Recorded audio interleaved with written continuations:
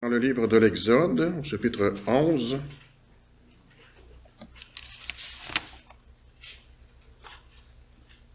à la page 46 et 47 de votre Bible,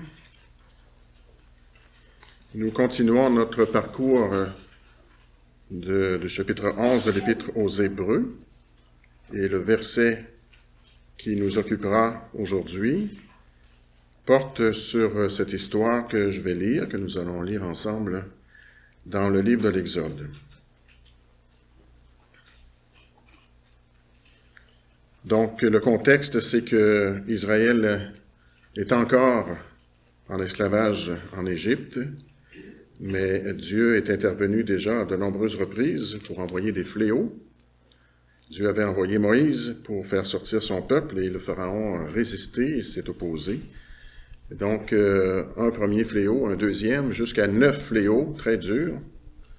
Et encore et toujours, le Pharaon s'endurcit. Et voici donc le 10e. Et ce qui s'ensuit pour le peuple d'Israël. Donc, écoutons la parole de Dieu. L'Éternel dit à Moïse, « Je vais faire venir encore un fléau sur le Pharaon et sur l'Égypte. Après cela, il vous laissera partir d'ici. Lorsqu'il vous laissera enfin partir, il vous chassera même d'ici. Dis au peuple de demander chacun à son voisin et chacune à sa voisine des objets en argent et en or. » L'Éternel gagna la faveur des Égyptiens au peuple. Du reste, Moïse lui-même était un homme très important en Égypte aux yeux des serviteurs du Pharaon et du peuple.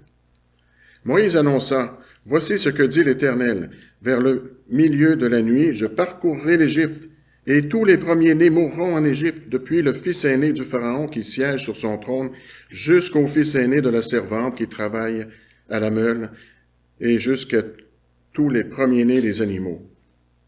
Il y aura dans toute l'Égypte de si grands cris qu'il n'y en a pas eu et qu'il n'y en aura plus de pareils. En revanche, chez les Israélites, pas même un chien ne grognera, ni contre un homme, ni contre un animal. Vous saurez ainsi quelle différence l'Éternel fait entre l'Égypte et Israël. Alors tous tes serviteurs ici présents descendront vers moi et se prosterneront devant moi en disant, « Sors, toi et tout le peuple qui marche à ta suite. Après cela, je sortirai. » Moïse sortit de chez le Pharaon dans une ardente colère. L'Éternel avait dit à Moïse, « Le Pharaon ne vous écoutera pas, afin que mes miracles soient nombreux en Égypte. » Moïse et Aaron firent tous ces miracles devant le Pharaon, et l'Éternel endurcit le cœur du Pharaon, et celui-ci ne laissa pas les Israélites partir de son pays. L'Éternel dit à Moïse et à Aaron en Égypte, « Ce mois-ci sera pour vous le premier des mois, vous le considérerez comme le premier des mois de l'année. Transmettez ces instructions à toute l'assemblée d'Israël. Le 10e jour de ce mois, on prendra un agneau pour chaque famille, un agneau pour chaque maison. Si la maison est trop peu nombreuse pour un agneau, on le partagera avec le plus proche voisin, en fonction du nombre de personnes. Vous estimerez le nombre de personnes pour l'agneau d'après la part que chacun peut manger. Ce sera un agneau sans défaut, mâle, âgé d'1 an. Vous pourrez prendre un agneau ou un chevreau. Vous le garderez jusqu'au 14e jour de ce mois, où toute l'assemblée d'Israël le sacrifiera au coucher du soleil. On prendra de son sang et on en mettra sur les 2 poteaux et sur le linteau de la porte des maisons où on le mangera. Cette même nuit, on mangera sa viande rôtie au feu, on la mangera avec des pains sans levain et des herbes amères. Vous ne le mangerez pas à moitié cuit et bouilli dans l'eau, au contraire, il sera rôti au feu avec la tête, les pattes et l'intérieur. Vous n'en laisserez rien pour le matin. Si toutefois il en reste quelque chose le matin, vous le brûlerez au feu. Quand vous le mangerez, vous aurez une ceinture à la taille, vos sandales aux pieds et votre bâton à la main. Vous le mangerez rapidement, c'est la Pâque de l'Éternel. Cette nuit-là, je parcourrai l'Égypte et je tuerai tous les premiers-nés du pays, hommes ou animaux. Je mettrai ainsi à exécution mes jugements contre tous les dieux de l'Égypte. Je suis l'Éternel. Pour vous, en revanche, le sang servira de signe sur les maisons où vous vous trouverez. Je verrai le sang et je passerai par-dessus vous. Il n'y aura pas de fléau qui vous détruise quand je frapperai l'Égypte. Vous rappellerez le souvenir de ce jour en le célébrant par une fête en l'honneur de l'Éternel. Cette célébration sera une prescription perpétuelle pour vous au fil des générations. Et puis nous allons au verset 21 du même chapitre. Moïse appela tous les anciens d'Israël et leur dit, « Allez prendre une pièce de petit bétail pour vos familles et sacrifier l'agneau pascal. Vous prendrez ensuite un bouquet de branches d'hysope, vous le tremperez dans le bassin contenant le sang de l'animal et vous toucherez le linteau et les 2 poteaux de la porte avec ce sang. Aucun de vous ne sortira de sa maison jusqu'au matin. Quand l'Éternel passera pour frapper l'Égypte et qu'il verra le sang sur le linteau et sur les 2 poteaux, il passera par-dessus la porte. Il ne permettra pas aux destructeurs d'entrer dans vos maisons pour frapper. Vous respecterez cela comme une prescription valable pour vous et pour vos enfants en perpétuité. Une fois entrés dans le pays que l'Éternel vous donnera, conformément à sa promesse, vous observerez ce rite. Et lorsque vos enfants vous demanderont « Que signifie ce rite pour vous ?» vous répondrez « C'est le sacrifice de la Pâque en l'honneur de l'Éternel qui est passé par-dessus les maisons des Israélites en Égypte, lorsqu'il a frappé l'Égypte et sauvé nos familles. » Le peuple s'inclina et adora. Les Israélites s'en allèrent et se conformèrent à ce que l'Éternel avait ordonné à Moïse et à Aaron. C'est ainsi qu'ils agirent. Au milieu de la nuit, l'Éternel tua tous les premiers-nés en Égypte, depuis le fils aîné du Pharaon qui siégeait sur son trône, jusqu'au fils aîné du détenu dans sa prison, et jusqu'à tous les premiers-nés des animaux. Le Pharaon se leva en pleine nuit, ainsi que tous ses serviteurs et tous les Égyptiens. Il y eut de grands cris en Égypte, car il n'y avait pas une seule maison où il n'y ait pas un mort. La nuit même, le Pharaon appela Moïse et Aaron et leur dit, « Levez-vous, sortez du milieu de mon peuple, vous et les Israélites, allez servir l'Éternel comme vous l'avez dit. Prenez votre petit et votre gros bétail comme vous l'avez dit. Allez-y et bénissez-moi. » Les Égyptiens poussaient le peuple. Ils étaient pressés de le renvoyer de leur pays, car ils se disaient, « Nous allons tous mourir. » Le peuple emporta donc sa pâte avant qu'elle soit levée. Ils enveloppèrent les pétrins dans leurs vêtements et les portèrent sur leurs épaules. Les Israélites se conformèrent aux indications de Moïse et demandèrent aux Égyptiens des objets en argent et en or ainsi que des vêtements. L'Éternel gagna au peuple la faveur des Égyptiens, qui répondirent positivement à leurs demandes. Ils dépouillèrent ainsi les Égyptiens. Et puis nous allons lire maintenant notre texte principal, Hébreux 11, 28, à la page 794. Et le texte sera beaucoup plus court cette fois-ci.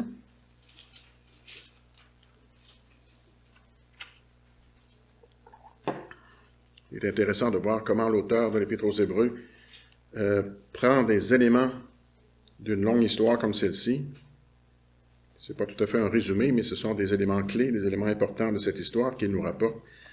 Hébreux 11, 28. Et ici, il est question de Moïse, puisqu'il était question de Moïse dans le verset précédent. C'est par la foi que donc Moïse, a célébré la Pâque et versé du sang, afin que le destructeur ne touche pas au premier-né des Israélites. Prions. Éternel notre Dieu, ta parole est la vérité. Ta parole est remplie de richesses, mais ta parole est redoutable également, car tu es un Dieu redoutable, un Dieu saint. Seigneur, nous te prions. Dispose nos cœurs à l'écoute de ta parole. Donne-moi des paroles justes et bonnes. Donne-nous d'être attentifs à ton instruction. Permets que nous puissions être des plus admiratifs devant l'œuvre de la grâce en Jésus-Christ, car c'est bien de cela dont il est question dans cette histoire. Que nos cœurs s'attachent de plus en plus à Jésus, notre Sauveur, notre Rédempteur. Que ton Esprit Saint nous remplisse. Nous t'en prions en Jésus. Amen. Chers frères et sœurs en Jésus-Christ, vous avez peut-être déjà vu ou entendu une forme d'évangélisation assez répandue qui préconise d'annoncer aux non-chrétiens « Dieu vous aime ». C'est beau, Dieu vous aime, et souvent on va se servir de Jean 3,16, très beau verset. Alors, ne vous inquiétez pas, je crois en Jean 3,16. C'est un texte très beau, bien sûr, et nous aimons ce passage, mais souvent il est utilisé à tort dans l'espoir d'attirer les gens à la foi en évitant de parler du péché ou de l'enfer pour se concentrer uniquement sur l'amour de Dieu. Dieu est amour, Dieu vous aime, voilà. La Bible nous propose plutôt de dire, avec tact et douceur bien sûr, Dieu est en colère contre vous, à cause de vos péchés, à cause des miens par nature aussi. Et si vous n'utilisez pas le seul moyen que Dieu a préparé pour échapper à sa colère, vous allez périr éternellement. Oups, c'est un peu plus difficile à dire, hein? C'est plus difficile à encaisser parce qu'il y a Jean 3,16, mais il y a aussi Jean 3,36 qu'il ne faut pas oublier. Celui qui croit au Fils a la vie éternelle. Celui qui ne se confie pas au Fils ne verra pas la vie. Mais quoi? La colère de Dieu, reste au contraire sur lui. Faire croire aux non-croyants que Dieu les aime sans autre considération, sans qu'ils aient à se repentir et sans qu'ils trouvent refuge en Jésus-Christ, eh bien, c'est leur donner un faux espoir. Et ça contribue, en fait, à les éloigner du véritable évangile de la grâce, sans comprendre Jean 3,16, sans comprendre pourquoi Jésus est venu. Nous continuons notre visite du temple de la renommée des croyants, comme je l'appelle, en Hébreux 11, et notre verset nous renvoie à cette histoire du livre de l'Exode. Moïse est connu pour avoir donné la loi à Israël. Les Juifs admiraient Moïse, justement pour cette raison. Beaucoup de Juifs pensaient échapper à la colère de Dieu par leur obéissance à la loi. Ils s'estimaient en sécurité derrière leur prétendue œuvre bonne. L'auteur de l'Épître aux Hébreux corrige cette grave erreur. Il souligne non pas la loi de Moïse, bien qu'elle soit importante, mais il souligne ici la foi de Moïse. C'est par la foi et non par la loi que Moïse et tout Israël ont échappé à la colère de Dieu. Dieu sauve et nous recevons son cadeau par la foi. La foi, voici donc notre thème, notre titre, la foi se réfugie sous l'abri protecteur fourni par Dieu pour éviter la destruction. Nous verrons ces trois éléments. Premièrement, la foi utilise l'abri protecteur fourni par Dieu. Deuxièmement, la foi célèbre la protection divine. Et enfin, la foi permet d'échapper à la destruction. Donc, premièrement, la foi utilise l'abri protecteur fourni par Dieu. La foi de Moïse est un grand stimulant pour notre foi. C'est pour cette raison que l'Épître aux Hébreux nous en parle. Hébreux 11, 28 nous dit « C'est par la foi qu'il a célébré la Pâque et versé le sang. » Nous voyons dans ce verset deux actions accomplies par la foi. La fête de la Pâque et l'aspersion du sang sur les cadres de porte. La première, la Pâque, devait être célébrée chaque année par la suite. Et la deuxième, les cadres de porte badigeonnés de sang, a été faite une seule fois au moment où il s'apprêtait à quitter l'Égypte. Pourquoi dire que c'est par la foi que Moïse a, en quelque sorte, piloté ces deux actions? Qu'y a-t-il de si spécial à célébrer la Pâque et à verser du sang? Après tout, ce sont de vieux rituels. Pourquoi ne pas dire que c'est par obéissance à la loi que Moïse a pratiqué ces rituels? Oui, c'est par obéissance, qu'il l'a fait. Mais si Moïse a obéi, c'est parce qu'il a cru. Il avait la foi dans la promesse de Dieu, dans ce que représentaient ces deux actions comme promesse de Dieu. Alors regardons ces deux actions dans l'ordre inverse. D'abord le sang versé. Nous connaissons l'histoire. Israël souffrait cruellement sous l'esclavage en Égypte. Et ce n'est pas seulement un esclavage physique, matériel, il y a les divinités égyptiennes aussi derrière. Donc il y avait un esclavage spirituel derrière. Dans leur détresse, qu'est-ce qu'ils ont fait? Ils ont crié à l'Éternel. Et Dieu s'est souvenu de son alliance avec Abraham. Dieu a donc choisi Moïse pour délivrer son peuple. Et Moïse est allé vers le Pharaon et lui a dit, « Laisse partir mon peuple afin qu'il me serve. » Et le Pharaon s'est obstiné, il a refusé. Et Dieu a frappé l'Égypte de 9 plaies terribles, successives, pour montrer sa colère. Chaque fois, le Pharaon s'est obstiné encore et encore à répétition. Et finalement, Dieu a dit en Exode 11.1, « Je vais faire venir encore un fléau sur le Pharaon et sur l'Égypte. Après cela, il vous laissera enfin partir. » Et quel fléau! Exode 11, 4 et 5. « Vers le milieu de la nuit, je parcourrai l'Égypte et tous les premiers-nés mourront en Égypte, depuis le fils aîné du Pharaon qui siège sur son trône jusqu'au fils aîné de la servante. » Quelle terrible menace! La colère de Dieu, elle est réelle. Elle est menaçante. Même Israël avait besoin de protection. Le peuple d'Israël n'était pas meilleur que les Égyptiens. Ils étaient pécheurs aussi. Ils méritaient de subir la même colère de Dieu. Et nous aussi, nous sommes tout autant pécheurs et méritons la juste colère de Dieu. Comment échapper à sa colère? Comment être protégé à l'abri du malheur? Il y a des gens qui demandent, est-ce que tu es sauvé? Alors la question, c'est sauvé de quoi? Sauvé de la colère de Dieu. Dieu nous sauve de lui-même. L'amour de Dieu nous sauve de sa juste colère. Dieu, donc, dans sa grâce, a prévu et a fourni un abri à son peuple. Exode 12, 3. On prendra un agneau pour chaque famille, un agneau pour chaque maison.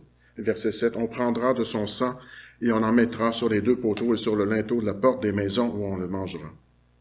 Versets 12 et 13. Cette nuit-là, je parcourrai l'Égypte et je tuerai tous les premiers-nés du pays, hommes ou animaux. Je mettrai ainsi à exécution mes jugements contre tous les dieux de l'Égypte. Voyez la dimension spirituelle ici, païenne. Je suis l'Éternel. Pour vous, en revanche, le sang servira de signe sur les maisons où vous vous trouverez. Je verrai le sang et je passerai par-dessus vous. Il n'y aura pas de fléau qui vous détruise quand je frapperai l'Égypte. La juste colère de Dieu devait tuer tous les premiers-nés, sauf dans les maisons protégées par le sang. Moïse a donné l'ordre à tout Israël de badigeonner les cadres de porte avec le sang d'un agneau sans défaut, très important. Pourquoi? Parce que le péché mérite la mort. Le salaire du péché, c'est la mort. Ici, c'est la mort animale, en signe ou en préfiguration de la mort future de l'homme juste, du Rédempteur à venir. Et Moïse l'a fait. Pourquoi? Parce qu'il a cru dans la promesse de Dieu. C'est par la foi qu'il a versé le sang. Écoutez son explication en Exode 12, 23. « Quand l'Éternel passera pour frapper l'Égypte et qu'il verra le sang sur le linteau et sur les 2 poteaux, il passera par-dessus la porte et ne permettra pas au destructeur d'entrer dans vos maisons pour frapper. » Il n'y avait aucun doute dans l'esprit de Moïse. Il était persuadé que Dieu allait faire comme il a dit. Et c'est par la foi que Moïse, donc, a fait l'aspersion. Même si l'ordre de Dieu paraissait étrange, même si la demande était coûteuse, imaginez le nombre d'agneaux qu'il a fallu tuer ce soir-là pour protéger les centaines de milliers de familles en Israël. Les écolos auraient de quoi en redire ici. C'est par la foi que Moïse l'a fait. Il n'a pas discuté avec Dieu. Il n'a pas rouspété, il n'a pas remis en question le moyen choisi par Dieu. Il n'a pas cherché une autre sorte de protection non plus, une double protection au cas où ça ne fonctionne pas. Par la foi, il a utilisé l'abri protecteur fourni par Dieu, point. Alors imaginez, mettez-vous à la place de ces familles, les cris dans les maisons des Égyptiens et dans leurs maisons. Protection.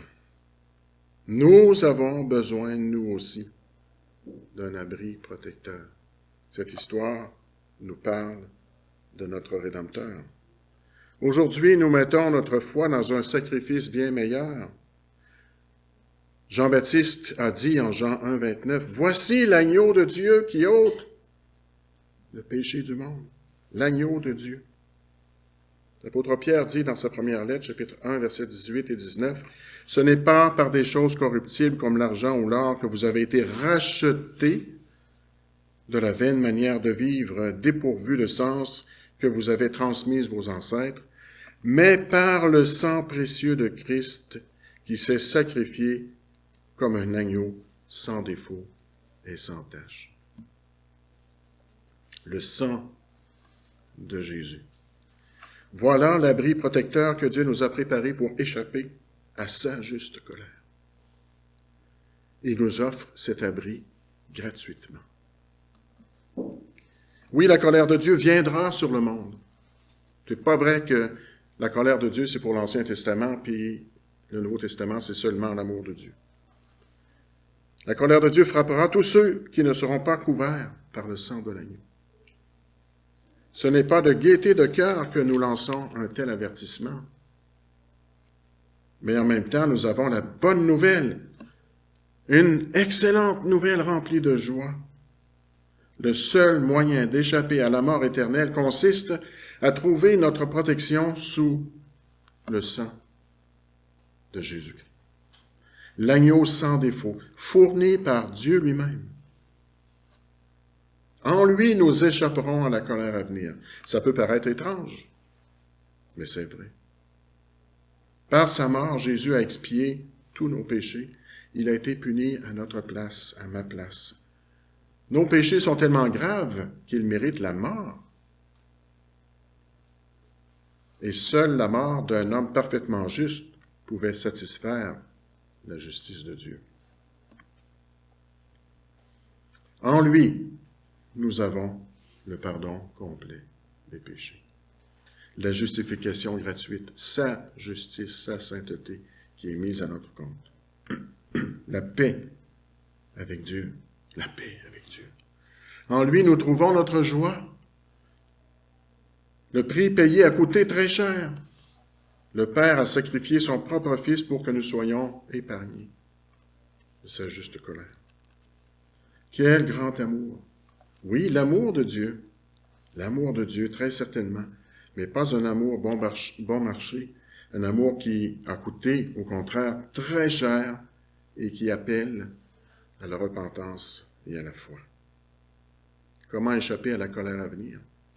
Courons sous le seul abri protecteur qui existe, celui fourni par Dieu lui-même. Et nos péchés, peut-être, viennent encore nous troubler. Si c'est le cas, confessons-les humblement au Seigneur. Ayons confiance que le sang de Jésus efface tous nos péchés et nous pardonne entièrement. Et son esprit purifie nos cœurs, nous fait vivre en paix avec Dieu. Recherchons ces dons.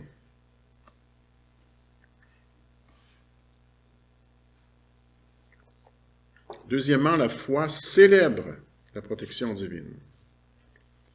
N'est-ce pas un sujet de grande joie? N'est-ce pas une excellente raison de célébrer sa grâce? Fêter? C'est pourquoi Dieu a donné à Israël une fête à célébrer. La fête de la Pâque. Hébreux 11, 28, c'est par la foi que Moïse a célébré la Pâque. Il a fêté, lui, avec tout Israël. Une autre action de Moïse faite par la foi. Bien sûr, Moïse n'est pas le seul à avoir célébré la Pâque, comme il n'est pas le seul à avoir fait l'aspersion du sang. Tout le peuple d'Israël a participé.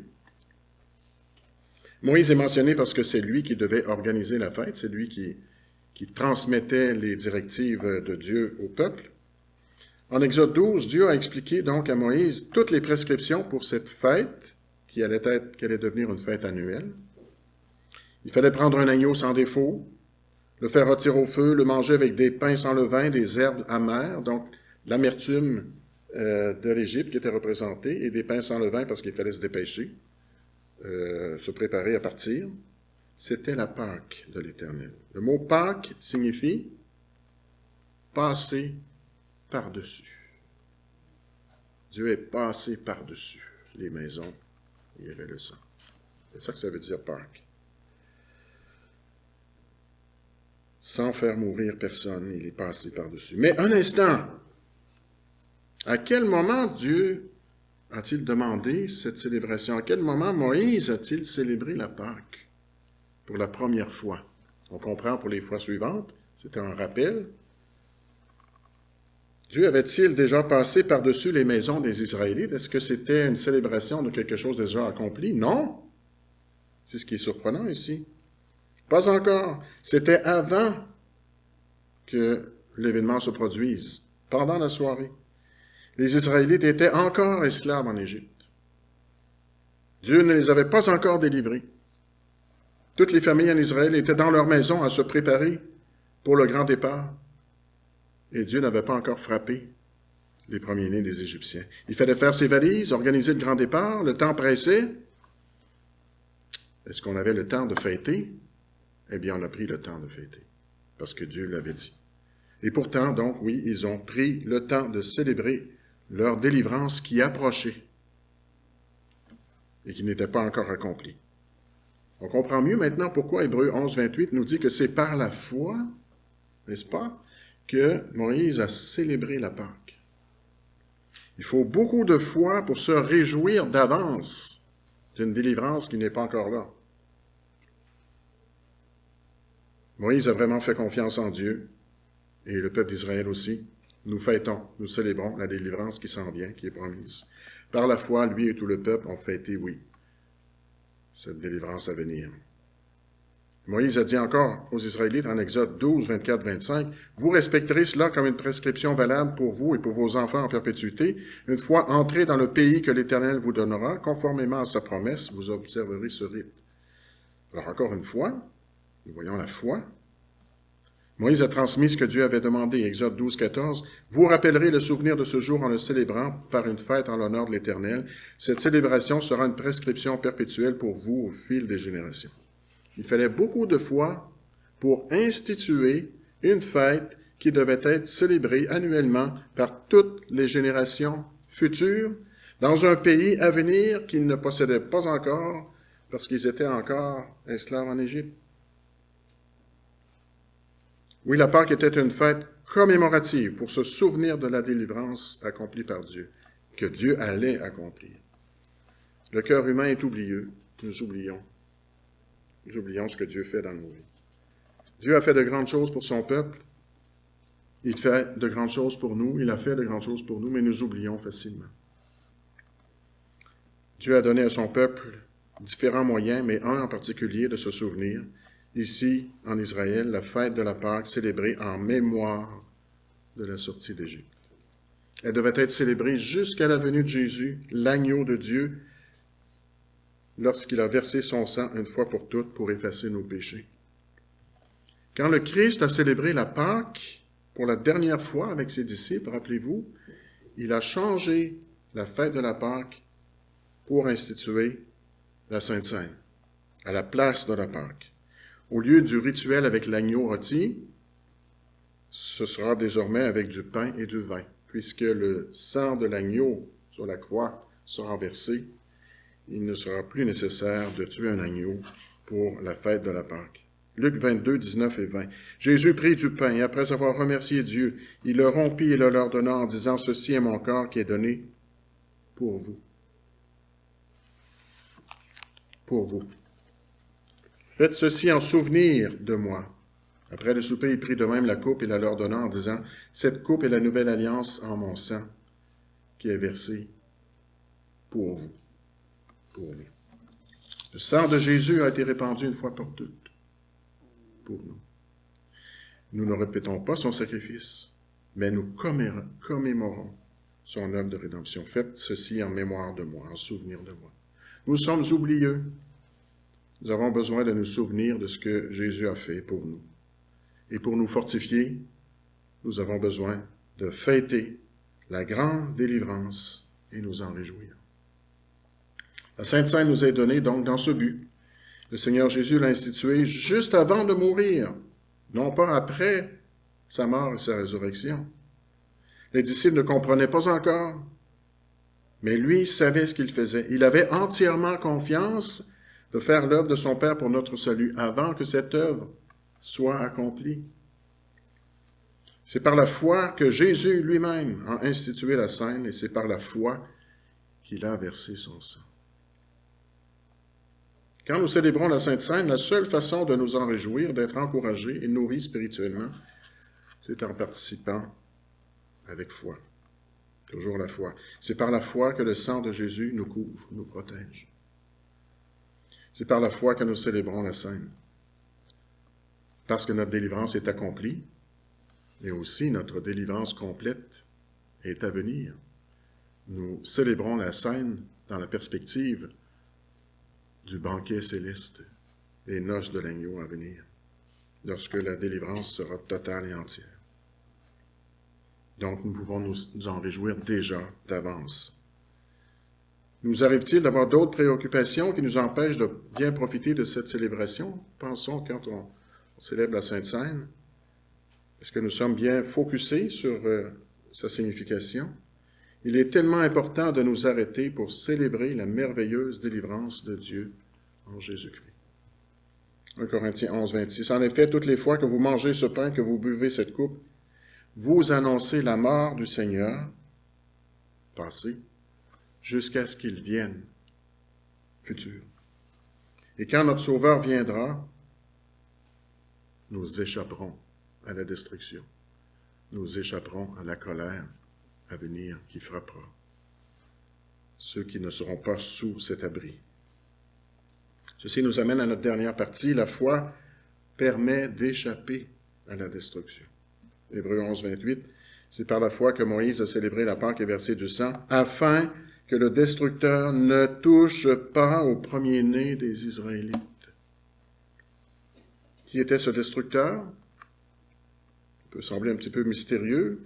Exode 12, 29 nous dit que c'est Dieu lui-même. Au milieu de la nuit, l'Éternel tua tous les premiers-nés en Égypte, depuis le fils aîné du Pharaon qui siégeait sur son trône, jusqu'au fils aîné du détenu dans sa prison, et jusqu'à tous les premiers-nés des animaux. Mais le verset 23 précise toutefois que Dieu s'est servi d'un agent. L'Éternel passera par-dessus la porte et ne permettra pas au destructeur d'entrer. Ne permettra pas au destructeur d'entrer dans vos maisons pour frapper. Le psaume 78 nous confirme que Dieu s'est servi d'anges de l'Éternel. Il avait lâché contre eux son ardente colère, la fureur, la rage et la détresse, une troupe d'anges de malheur. Il avait donné libre cours à sa colère, il ne les avait pas sauvés de la mort. Il avait frappé tous les premiers-nés de l'Égypte. Dans toutes les maisons, on entendait de grands cris, des pleurs de détresse. Un signe de ce qui va se produire à la fin des temps. Pourquoi frapper les premiers-nés? Parce que Dieu est juste. Les Égyptiens, rappelez-vous, avaient fait tuer tous les bébés garçons des Hébreux. Dieu a puni les Égyptiens comme ils le méritaient. Le jugement de Dieu est toujours juste, parfaitement juste. Et sa grâce est toujours un cadeau purement gratuit. Le destructeur n'a pas touché au premier-né des Israélites. Pourquoi? Parce qu'ils étaient meilleurs? Non. Par pure grâce. Par la foi des parents, ils ont tous été épargnés, incluant les jeunes enfants, parce que parmi les premiers-nés, il y en avait qui étaient tout jeunes, à cause du sang de l'agneau. Alors, ça nous dit beaucoup sur les promesses de Dieu pour nos enfants aujourd'hui. L'alliance, Dieu, je serai ton Dieu, celui des enfants après toi. signifiées et scellées par leur baptême, les promesses. Dieu promet de les épargner à cause du sang de l'agneau, comme les enfants en Israël ont été épargnés. Une promesse à saisir par la foi, par les parents et par les enfants. Oui, comment échapper à la destruction à venir? Par la foi en Jésus-Christ uniquement. L'apôtre Jean, dans l'Apocalypse, nous rapporte d'avance les paroles de ceux qui devront faire face à la colère de Dieu quand le Seigneur Jésus reviendra. Apocalypse 6, versets 16 et 17. Et il disait aux montagnes et aux rochers, « Tombez sur nous et cachez-nous loin de la face de celui qui est assis sur le trône et de la colère de l'agneau, car le grand jour de leur colère est venu, et qui pourrait subsister? » Les gens vont préférer que les rochers tombent sur eux plutôt que de faire face à la colère de Dieu, imaginez. Qui peut subsister? Qui pourrait subsister? Levez la main. Personne. Sauf ceux qui ont été lavés par le sang de Christ, le Fils de Dieu, ceux qui croient en lui pour leur salut. C'est le message de l'Évangile que nous chérissons et que nous proclamons. Jésus, le roi de gloire, vient bientôt. Sa colère sera terrible, la colère de l'agneau. Sa délivrance sera merveilleuse. Et les louanges du peuple racheté monteront au trône de la gloire. Mettons-nous à l'abri, restons à l'abri, réjouissons-nous de cet abri protecteur. Invitons les autres à venir s'abriter sous le sang protecteur de Jésus-Christ, notre Sauveur. Amen.